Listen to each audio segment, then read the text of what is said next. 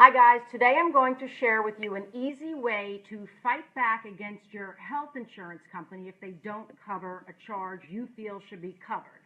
But before we go into that, what I want to do is if you want to be alerted every time I go live on Facebook, and I kind of suggest you do, if not for the content value, then simply for the comedy of it all, because as you guys know, I'm really not too sharp when it comes to technology.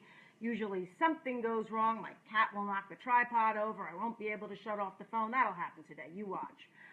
So if you indeed want to get those notifications, look at the little presentation I put together for you. You go into Facebook and you go into your settings. See, I told you every time this happens. See, this is why you need to get notified. It just never happens. I love this thing. Okay, back to what we're doing. Settings. Then you go to notifications. Can you even see this? Yes. Then on Facebook, you want to put on your sounds to make sure that you are notified when something happens. And then you make sure that you click Facebook Live so that it'll tell you when I'm going live and you can watch silliness like you just saw. Okay, let's go back to fighting against your insurance company. Sit back, relax, enjoy this show. A couple of months ago, you may have seen I was having heart palpitations and I had to wear a heart monitor, so I posted it on Facebook. Now, you guys were so overly concerned, and I appreciate that. I had to take it off because everyone was worried I was dying. But I had to get this procedure done, wear it for 2 weeks, which was not inexpensive. It was about $1,000 after everything was said and done. And insurance covered most of it. I had to pay my deductible, and then, of course, there was the stuff that insurance wouldn't pay that the doctor's office absorbed and ate.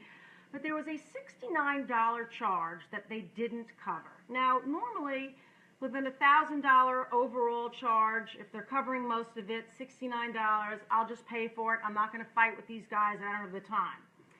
As you know, I have a little more time these days to look into things, so I said, I'm going to figure out what this is about. And I call up my insurance company, and I say, insurance lady, can you explain this to me? And she said, oh, yes. Well, this is for interpretive services, and your plan doesn't cover that. I said, what are interpretive services? And she said, well, you know, it's when a doctor reads the results of your test. And I said, so let me get this straight. You guys are going to pay for me to wear a heart monitor, but you're not going to pay for the doctor to read the results to see if, I don't know, I'm having a heart attack or something? She said, yep, that would be the case. Does that make sense to you? That's like if you think you have a broken leg and going in to get an x-ray and nobody coming back and reading the x-ray to say, yes, we need to put you in a cast. Pretty ridiculous. And I said, you know what? I don't think that's fair. Can I appeal that decision? Why, yes, you may. We will mail you out a form, and you can fill out exactly why you think we should cover this, and then you can mail it back to us. And I said, can't you just email it to me, and I'll scan it back to you? Can I fax it? Oh, no. It has to go by mail, because God forbid they make anything easy for us. So, while I'm waiting for this to come in the mail, I call up my doctor's office and I speak to his assistant, and I explain the situation, which similarly she thinks is ridiculous. And I ask her if she can look into something, and this is a trick I learned when I was investigating insurance companies and all of their funky billing practices. And I said, is there any way you can relook at this, resubmit it under a different code? Now, if you don't know what that means, every procedure you get at the doctor's office has my cats are fighting, by the way, this is outstanding, has a code assigned to it, a number. And when they send it to the insurance company, let's say it's code number 228, a computer will read it and say, procedure 228, not covered. Procedure number 229, that's covered. Very arbitrary like that. So I said, can you relook at that and see if you could resubmit it? She said she would do that.